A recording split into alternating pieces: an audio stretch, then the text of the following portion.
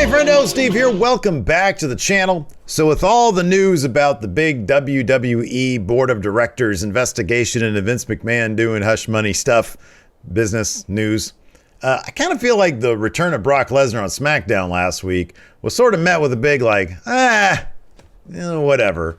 Because I'll be honest with you, I think most of us are thinking, it's whatever. Do we really need to see another rematch between Brock Lesnar and Roman Reigns, especially when we just had one a couple months ago at WrestleMania? Now, that match at WrestleMania last time, the build to it was actually a lot of fun. You had a role reversal, whereas usually Brock was the bad guy, Roman Reigns usually the good guy. This time it was flip-flopped. You have Roman Reigns being the tribal chief, the bad guy, and you got Brock Lesnar, Cowboy Brock, having a good old time, doing Pat McAfee show, showing off a new side of Brock Lesnar, a guy who's really happy to be there, is putting in some good work. So the build was a lot of fun. They had the match. The match was your typical Brock Lesnar versus Roman Reigns match. Nothing too compelling. Roman ended up winning. So you think that's it. That's good. You're done. And then Randy Orton 3 weeks ago, apparently, according to Fightful, it was determined couldn't make SummerSlam, is going to be out maybe for the rest of the year. So what do? They rely on the thing they always rely on, is break the glass in case of emergency and pull out Brock Lesnar. So Brock Lesnar shows up. We're getting Roman Reigns versus Brock Lesnar at SummerSlam again. So I was sitting there thinking, man, why couldn't you have any number of other people take on Roman Reigns at SummerSlam? I get it. It's a big stadium show. You want a big name. You need a big marquee main event. The thing is, WWE doesn't have any of those big names. But you have like a month and a half or so. You could build up somebody in that time to be the guy to take on Roman Reigns. So I came up with a list of 5 people that I think should be more interesting choices for Roman Reigns at SummerSlam than Brock Lesnar. Number 5 on my list is Shinsuke Nakamura.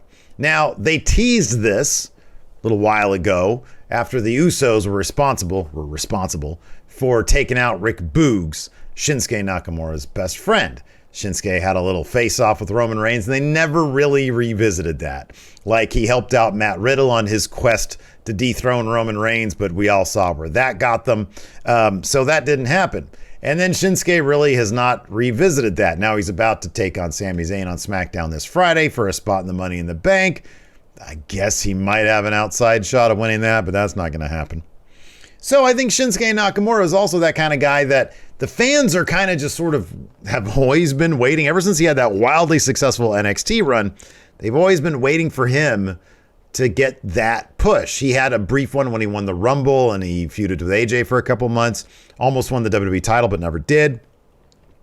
But if you look back at his time in NXT, he was supremely over. The people love Shinsuke Nakamura. And honestly, all you need to do is have him go on a couple weeks of just, running through people. And then he could be built up for a SummerSlam match. Now, the WWE, I know what they're thinking. He's not a big enough name for a big stadium show like SummerSlam. But here, that's sort of the problem, is that Brock is the only big enough name for that. At some point, you got to roll the dice. You got to take a risk. And I think Shinsuke Nakamura would be a terrific choice to do just that. Next up on my list, another guy who'd be kind of a roll of the dice, the guy they took that risk on 10 years ago. And I'm talking about Sheamus. And I know a lot of you are thinking like, Steve, what the fuck are you talking about? Sheamus, I'll be honest with you. I have become a huge fan of Sheamus. I was really not happy when they turned Pete Dunne into Butch, but he has totally won me over as Butch, and Ridge Holland exists, whatever. That little faction of theirs is quickly becoming something that I think people are tuning in for. Butch is wildly over. Sheamus, if you have not been paying attention, has been putting on banger match after banger match after banger match for a better part of like 2 years now. This guy puts on good matches.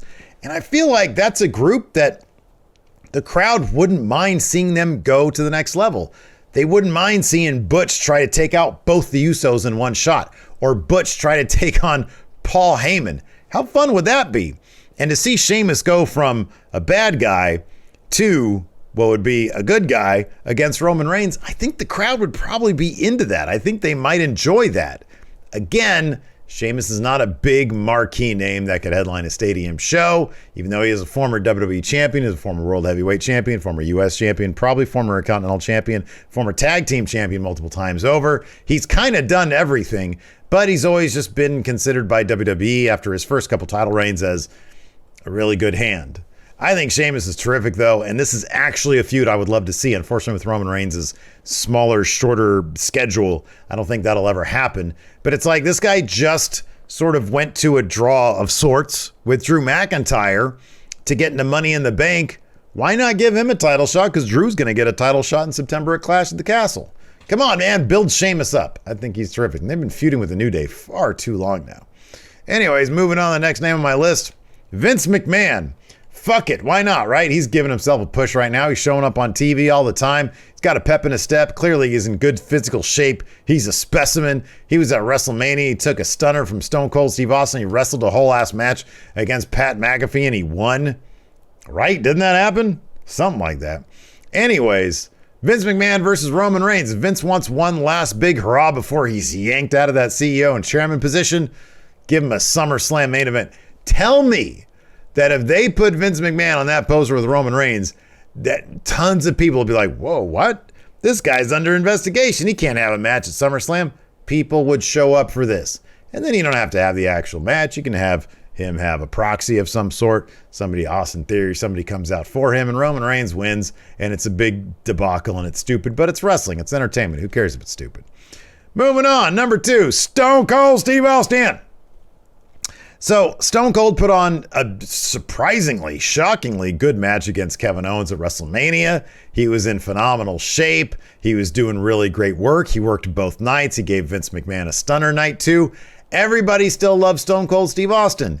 Get him back in the ring. Pay him a bunch of money. This is the one name on this list that actually I firmly believe would be on the same level as a Brock Lesnar. I think this is not just realistic. They probably should have tried this. Now, maybe Vince reached out to Stone Cold and was like, hey, want you to lose to the tribal chief at SummerSlam. Stone Cold's like, oh, hell no, I ain't doing that, Vince.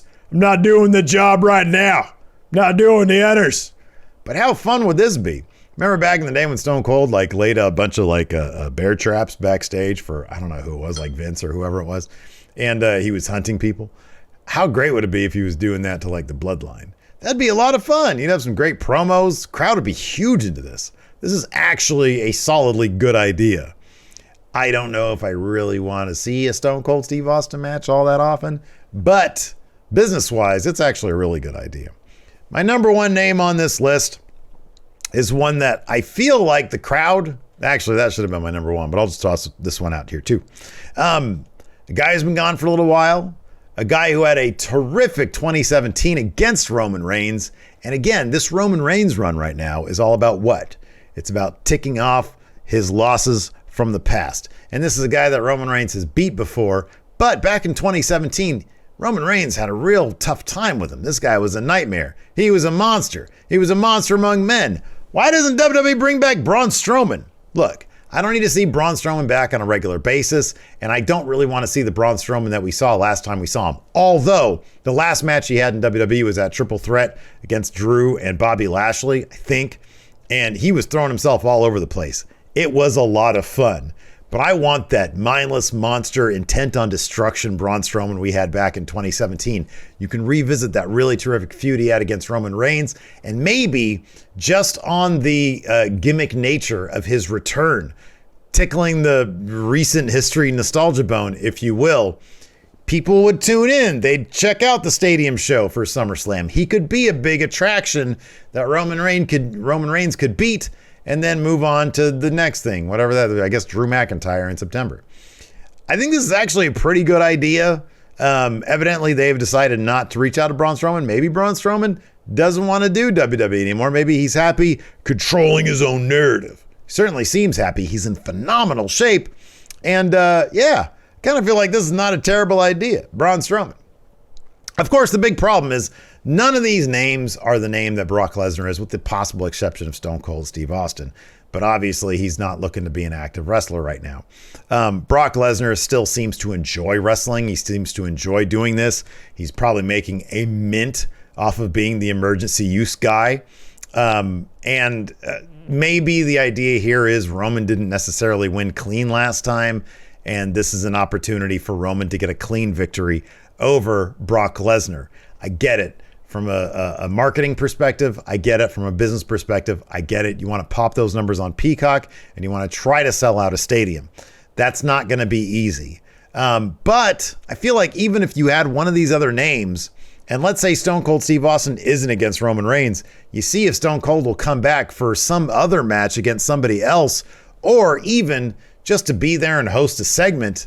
That if you can load up the rest of the card, but the bottom line is WWE doesn't have any other big top level attractions beyond Roman Reigns. And that's a shame. And it's really an indictment on how bad WWE has been at creating those next level stars. Wouldn't be shocked if Seth Rollins won Money in the Bank this year, tried to cash in on that match the same way he did at WrestleMania. He's been talking about that a lot lately, and he fails because, again, this Roman Reigns run is all about correcting his mistakes of the past. And that cash in at WrestleMania is perhaps his biggest one.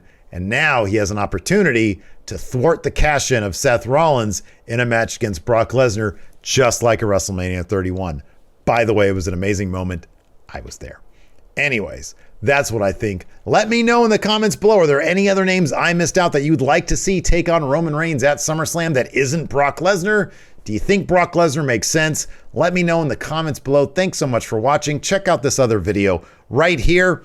And until next time, we'll just see you over there. Look, lazy bones over there. Just sleep and sleep.